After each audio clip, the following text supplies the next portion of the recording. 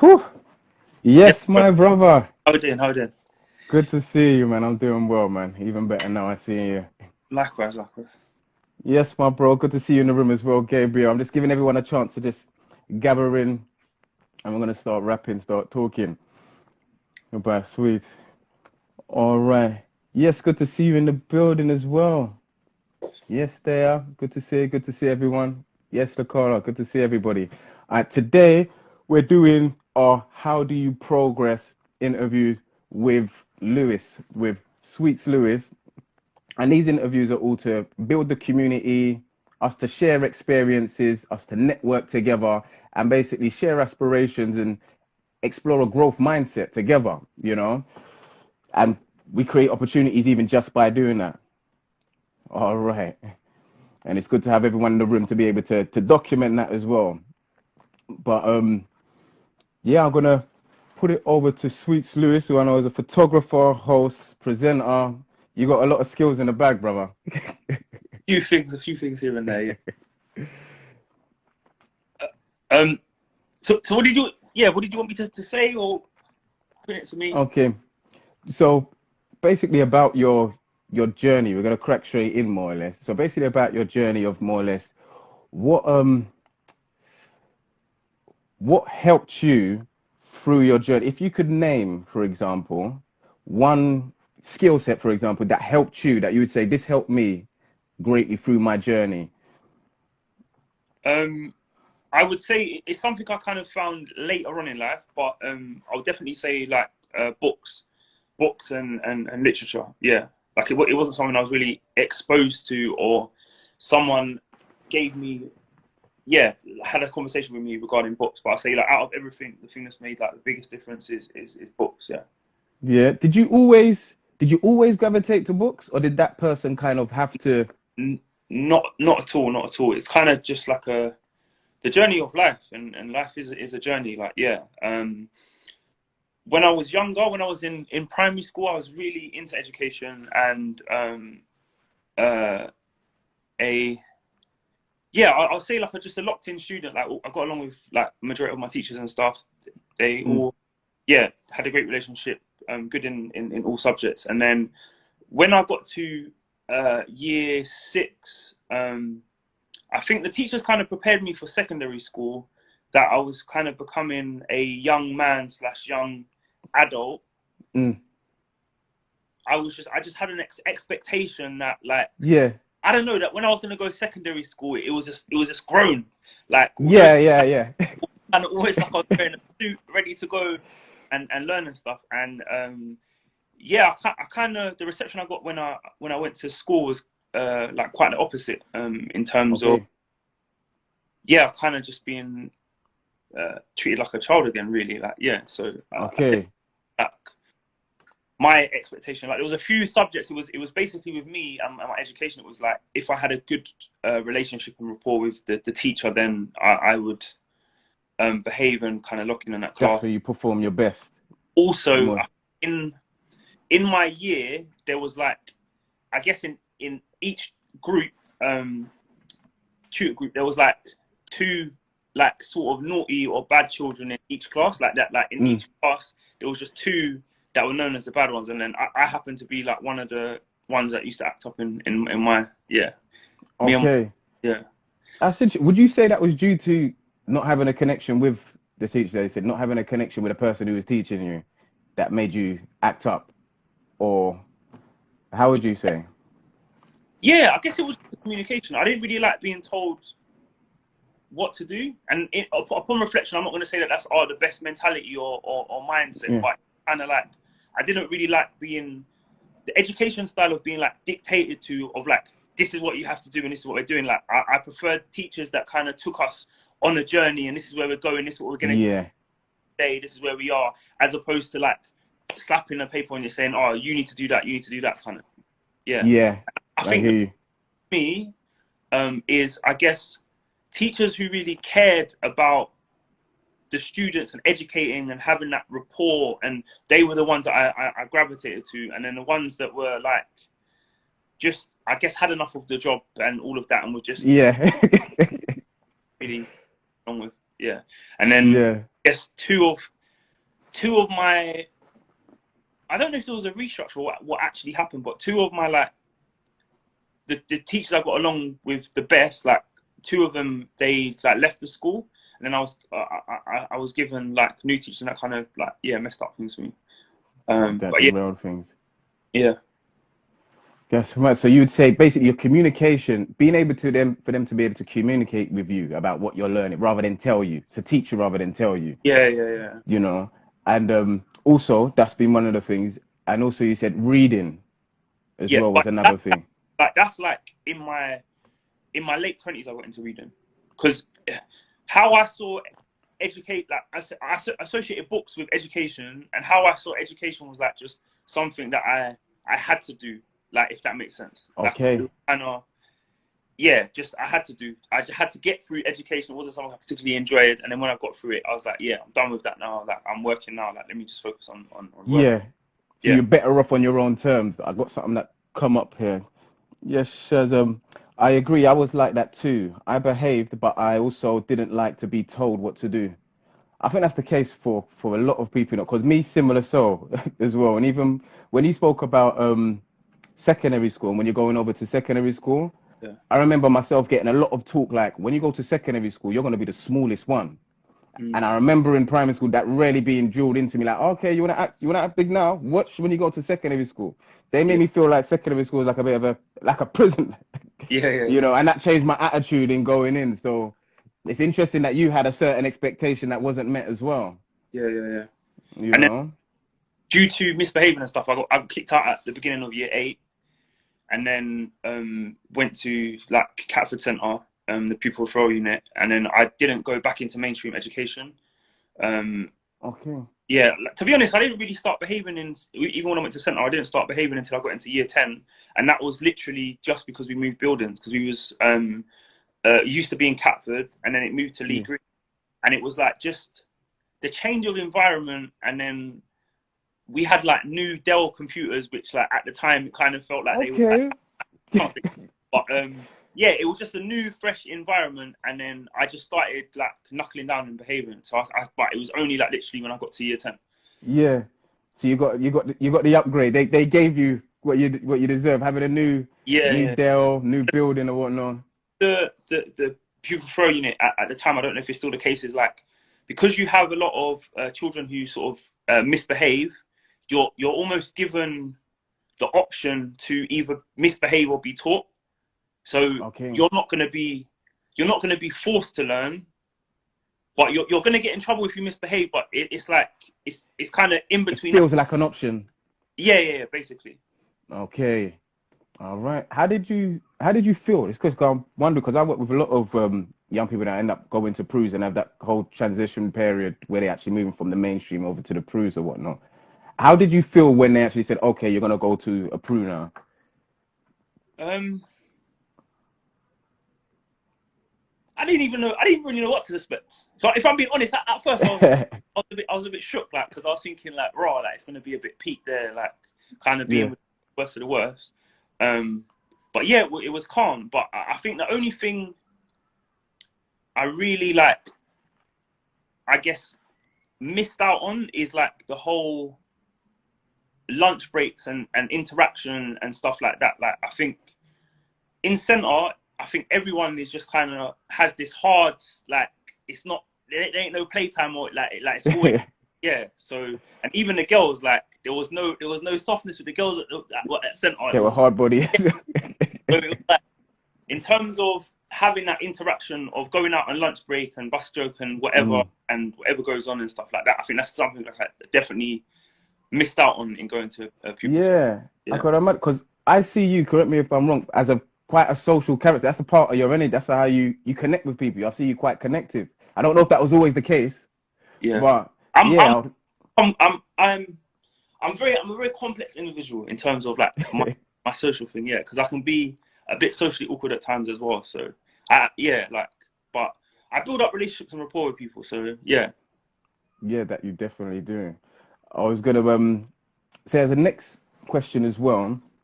Um, you kind of covered this as well in a sense, but what challenges or what major challenges do you think you faced in a sense to your your career growth, and that's on anything, because you've got so much different areas that could be in regards to photography, Yeah. promotion, anything. What's been a major challenge or one of the major challenges? Um, I think just not being educated really. Like as I said, like later on in life, I got into books and understanding. But I think earlier on, in terms of like career, in terms of like personal development, growth, you have the idea of like just going on an incline of just like everything being good, everything being Yeah.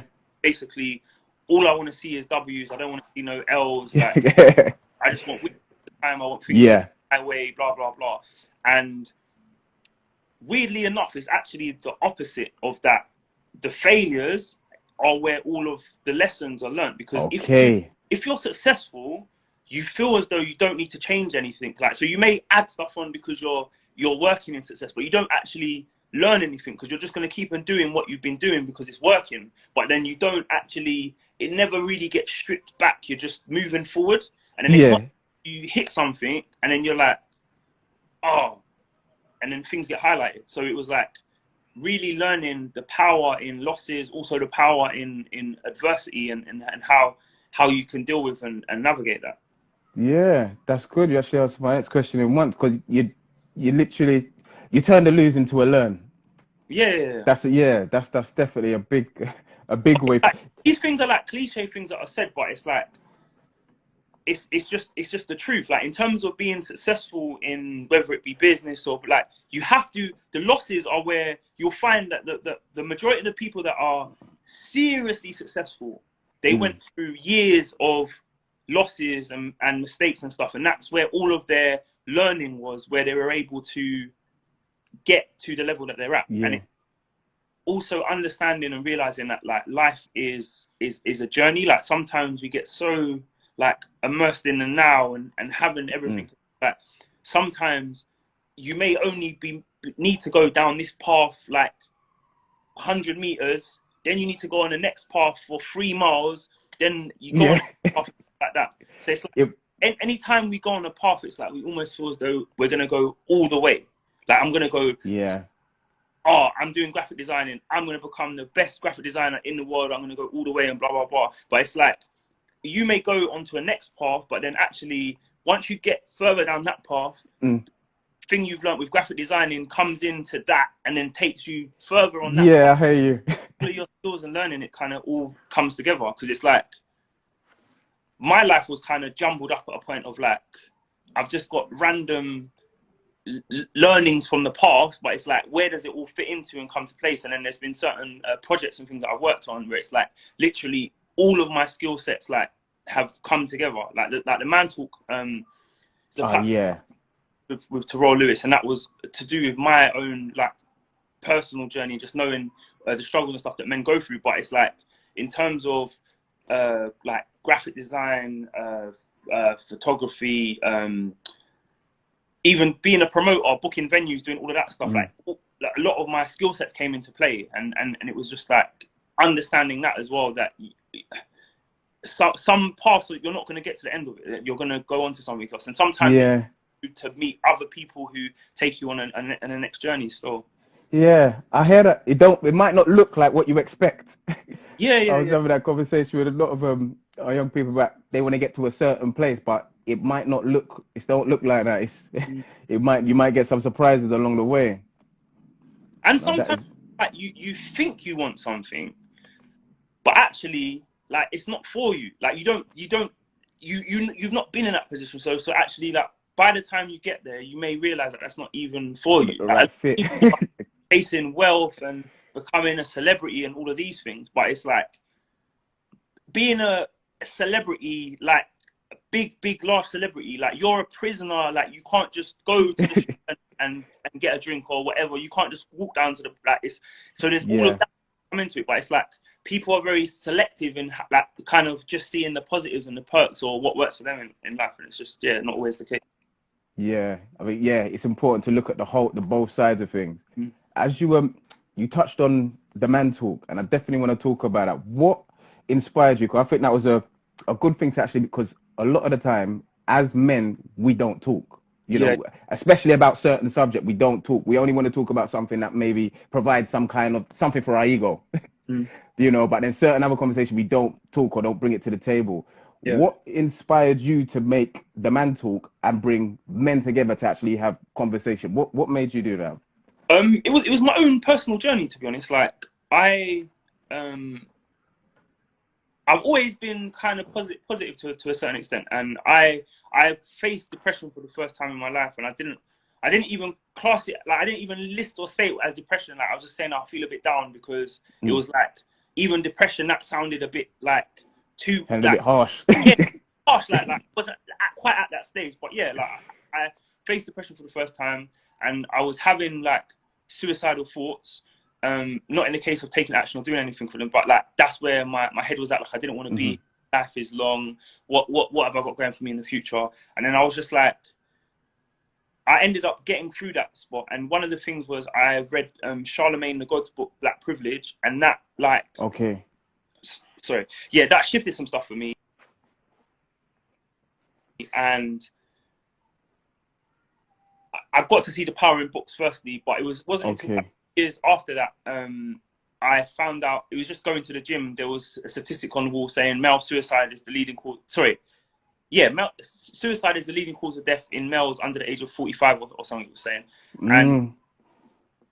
I just thought to myself, like, bro, like I was going through suicidal thoughts. I was in that place, but then this is like the biggest cause of death in males, but it's not something that is being spoken about.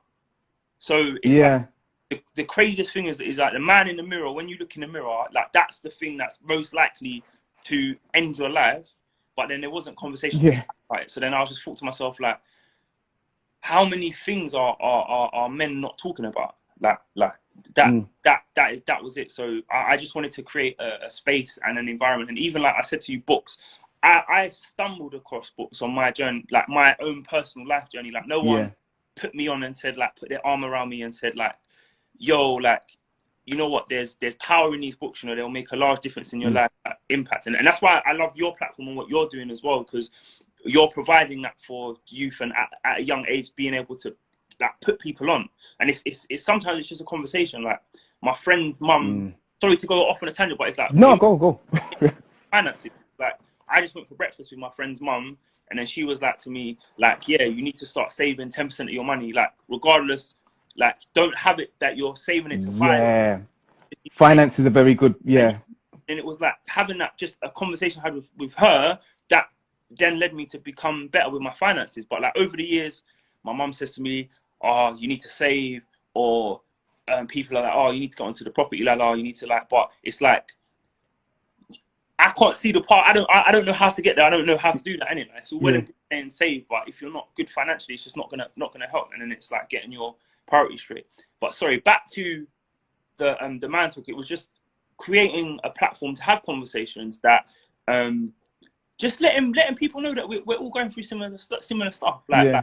So my dad was diagnosed as schizophrenic when I was like 4, and that was like the breakdown in my sort of household. And that was something that I kept as a secret until I was like 16. And like the first time I told my boy about it was only because he was gonna have to meet my dad. And then I was thinking, if he thinks my Yeah. dad weird, I just wanted to give him like a heads up. But it was like Mm. years I kept as a secret. But then like there's loads of people going through family issues and stuff, and a lot of the time we're told, like, I guess everybody wants to see themselves as being this perfect person out to the, like, that's what they put out to the world. In terms Yeah. of families, everyone wants to have the best possible family, but behind closed doors, like, majority of people have dysfunctional families. Like majority of people, whether there's like a minor element or whatever, Yeah. like there's a lot of dysfunction, but everyone looks around and then thinks everyone else's life is perfect, and then it's like, then they're not encouraged or think it, you know, I can have a conversation about certain things because everyone's getting on fine, and then I'm Yeah. just becoming a burden speaking about certain things because I'm the only one that's like struggling and going through things. Like, yeah. Okay. Yet we've got someone that chipped in there and said, "My dad is also." That just proves the point that when you have the conversation, people could join and have the conversation. Thank you for sharing that with us. Definitely. And it's like what you say. The hardest. Sometimes the conversations we really need to have. the conversations we dodge the most. You know. But sometimes it's not even that deep. Like it's just what you put on it. Like it's what you put on. Like my dad he's passed away now. But my dad was schizophrenic. Like it's just what's so in it. It's just like part and parcel of this like life experience. But it's like if you make it a big thing, like oh my dad's and it's like I have to like find someone, and that's when it becomes a problem. Okay, we've got some. Where can you find Man Talk? Is it a podcast? It's a platform. So at the moment, I've kind of had it on the back burner for a couple of months because I've just been like dealing with a lot of things. But we've got a Instagram which is just the Man Talk, and then we've done like a few three of our own events, and then we've done a collaborative event with Gymshark. But yeah, we do events, and we are looking at doing a podcast, but it's just getting the visual side sorted out. Yeah, so we're looking at. All right, and I'll definitely put the link in the description as well for the Man Talk description. Definitely. I wanted to ask as well, when you did share, I was thinking when you did share the fact that, you know what, when you got to that point where you say your friend's about to come over to your house and you're sharing it, my dad's schizophrenic or whatnot, if that made you feel better, how did you feel after it? Was it a bit like a weight lifted? Yeah, or? it was a weight lifted because then now I got someone that I can kind of speak about. But it's like the thing, and this was something that Charlemagne talks about in his book also, is like sometimes the things that we're trying to hide, they're just so anyway. Like it's just so anyway. So regardless if you tell someone or you don't tell someone, it's like it's what's so. And in the book, I think he calls it the 8 Mile effect or something, whatever. But in 8 Mile, when Eminem, when he's in the rap battle, I think Rabbit, he tells his whole story, all the ammunition that the other guy's gonna have to cuss him out with or whatever. He says it all. So because he said it all, his power is out of it now. So if he was to say something back now about what he's mentioned, like there's no power in it because I've been the person that's exposed it. I've been the person that say. But when you try and hide certain things, it's like you keep more power in it. If that makes sense. Yeah, I get what you mean. Speak about it. It's lost its power. No one has that over you now. And that's like you own it. In like certain insecurities and stuff. Like my hair is thinning. There was a time I was trying to keep on and grow my hair and try and catch over and whatever. But it's like once you're in a level of acceptance and you don't really, that's just what's so I accept it. No one can cuss you about your hair or say anything because you accept it, like whatever. And also just looking at like other positives or other things that my hair may be thinning, but I've got a positive career or I don't know what it would be another thing, but it's like although there's that, there's also this which is positive and looking at things from the positive side. Because it is obviously, again, these things are put as like cliche stuff, but you always say, oh, there's always somebody worse off than you, and there's always this and blah, blah, blah, and whatever. And people don't really say it with the right like energy and conviction in terms of this. And I think over the years, it becomes like just a redundant thing. And people it kind of loses its meaning to it. It's just almost like a phrase without the meaning to it, in a sense. Yeah. Yeah. So it's like, oh, well, like, okay, your hair's thinning, and then I could put another bad thing onto you, and I could put another bad thing onto you, and that would be a lot worse. So you're in a good position. It's just your hair thinning, and that's it. So it's like, cool, accept that, proud of it. And then if you're that bothered about it, go and do something about it if it's possible to do something about it. But it's just, Big. I like that. Acceptance is key. I mean, that's what you touched on there. Acceptance is key. Once you accept it, it's yours. You own it. But even your journey. So I got kicked out of school at the beginning of year 8, and I even went through that process of like, when I went to, because obviously it was Catford Centre, the PRU. Then when we went to Lee Green, they changed the name of it to Broadoaks, just so it sounded more like a school.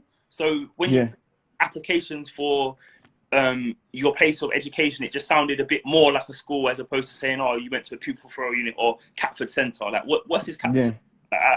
So, like I got my first job at Tesco's, and I didn't feel I deserved my job at Tesco's. So because of this whole Broadoaks thing, it's like centre. I was like, if they really knew who I was, like they wouldn't have accepted me for this job. So then I kind of felt like Okay.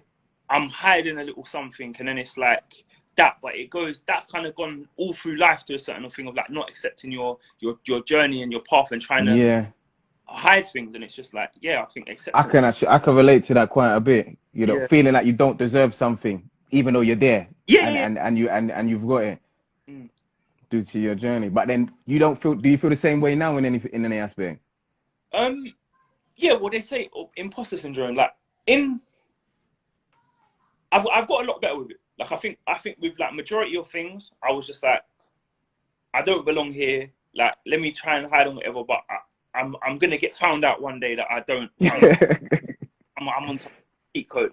So yeah, but I've definitely like got a lot better with it. So yeah, but then Yeah. again, there's like the career is a very sticky one because some jobs you just kind of depending on your environment and stuff and whatever. But it's like very hard to and I don't even want to say institutional racism, but it's like just like lack of education in terms of like just culture and Yeah.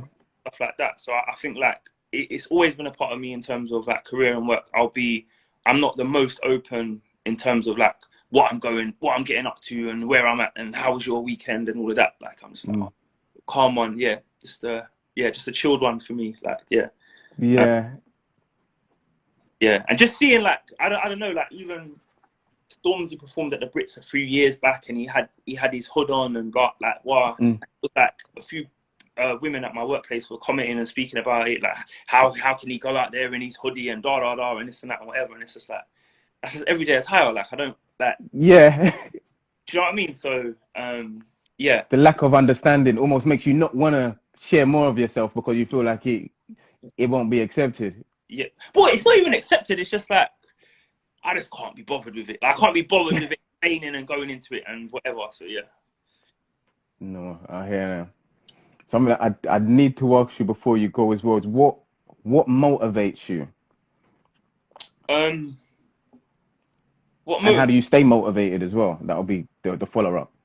I guess diet. Like I think the best and the biggest thing for me is like diet in terms of it goes up and down. Like I'm doing a challenge at the moment, running 165 days, so looking to run every day this year.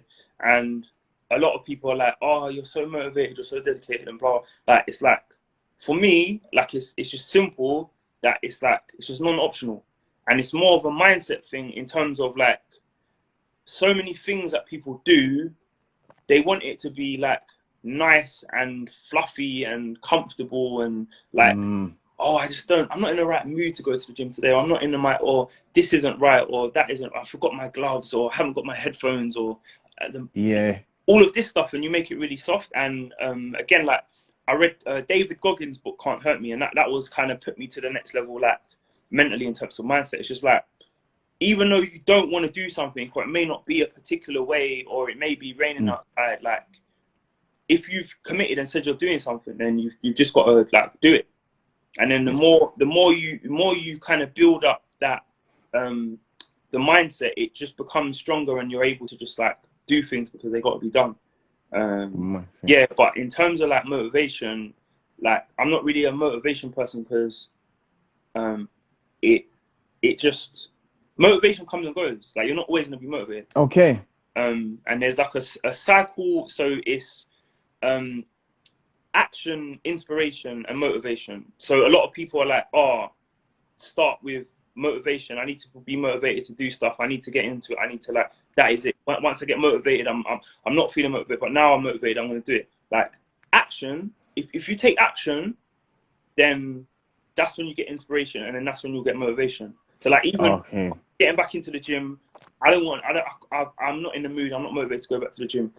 If you just go to the gym today, even if you went in there and done two like reps on something, like that little bit of action is gonna now, when you leave the gym, I'm gonna be inspired. Oh, okay, I feel good. I went to the gym.